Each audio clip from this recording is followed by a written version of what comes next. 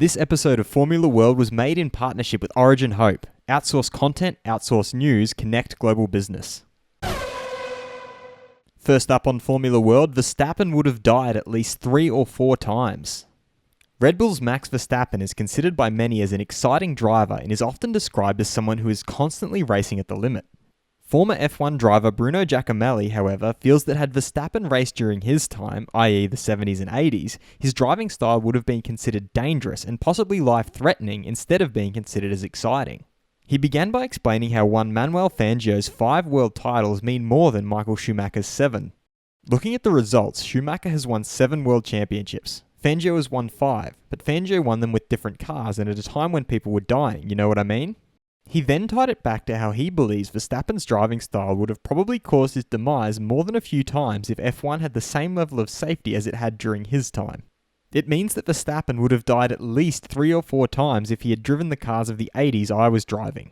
During accidents, I really felt fear. In those seconds that an accident lasts that you're conscious. The first thing you think and say is, I don't want to hurt myself. What are you doing? You hold the steering wheel, try to get as stiff as possible and wait for the crash. That's the moment of fear.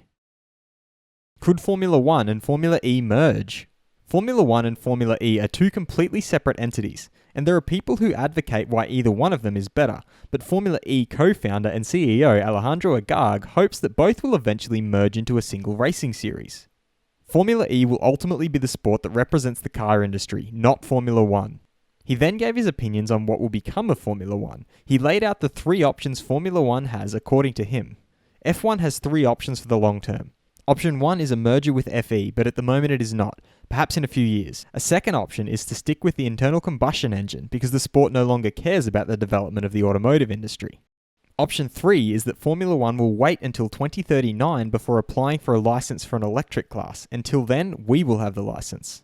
I prefer to see a merger or collaboration because that would also be lucrative for Formula E.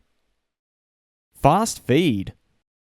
Former F1 driver Michael Schumacher thinks that the resumption of racing in F1 has to be done as a lot of money and thousands of jobs are at stake while stressing on the need for a good plan to do so.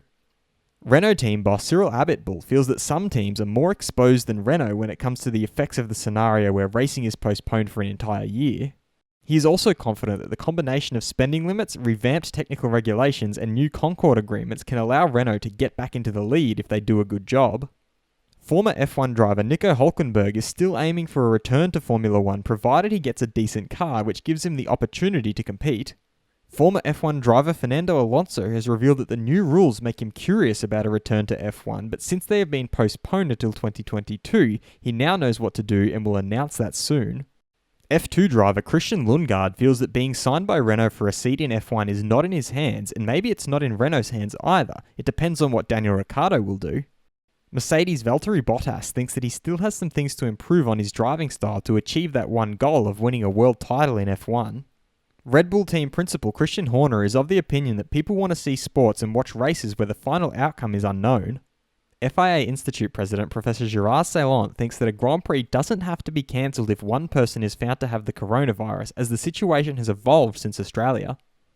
A leaked letter supposedly from Liberty Media has revealed that teams like Williams will get 40% more time in wind tunnels than teams like Mercedes, Red Bull and Ferrari in 2021. McLaren CEO Zak Brown wants top teams to donate year-old cars as they get kind of thrown away instead of expecting smaller teams to buy them if they want to go the customer car route. And F1 Managing Director Ross Brawn has confirmed that the new car regulations are definitely coming in 2022. As many of you are aware, I recently made a community post announcing a partnership with Blaze Hope's media company Origin Hope. I want to make it clear that this isn't a paid ad or anything like that. Blaze has been a supporter and fan for a long time and genuinely wanted to offer his services to help myself and the channel grow. For those of you who have been around my channel for a while, you will likely be familiar with Blaze Hope, whose name was at the end of every video as a supporter of the channel for as long as that was available, as well as even appearing as the voice of the channel during a video whilst I was ill recently. Blaze runs a media company and recently reached out to me to discuss a partnership. Going forward, his company will do editing and production on some of my daily news videos. In fact, most of my videos over the past few weeks have been edited by Origin Hope. This will free up some of my time and allow me to create even more and diverse content for you all. So if you're a fan of the channel and are interested in outsourcing your own content, news or production, you should definitely check out Origin Hope through their website originhope.com or via email info@originhope.com. Will F1 and FE eventually merge? Be sure to vote in the poll and let me know what you think in the comments. And if you like this video, feel free to subscribe and check out my others for all the latest in the world of Formula 1.